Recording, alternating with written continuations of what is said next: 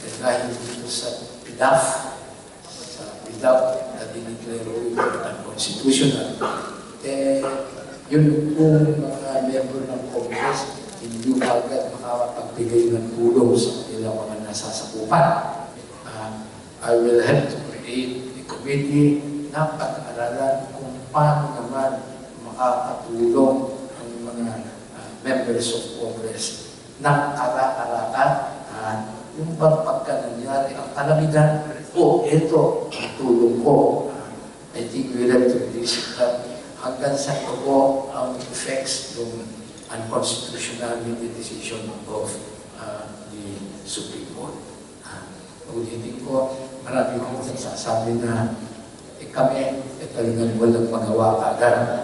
We will try to revisit it, yung decision ng Supreme Court para mabalik ulit yung bilisan at agaran pagtulong ng members of Congress sa kanilang constituents. So gusto niyo pong mabalik yung PDAF for Congress? Hindi naman, we will not call it PDAF kasi bawal na. So ibang form? Kasi ngayon naman, yung hard, kailangan kasi doon itemize.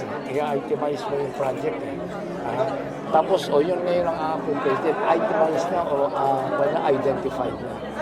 And this is just for emergencies po? Malamit? Among others, saka yung mga may sakit.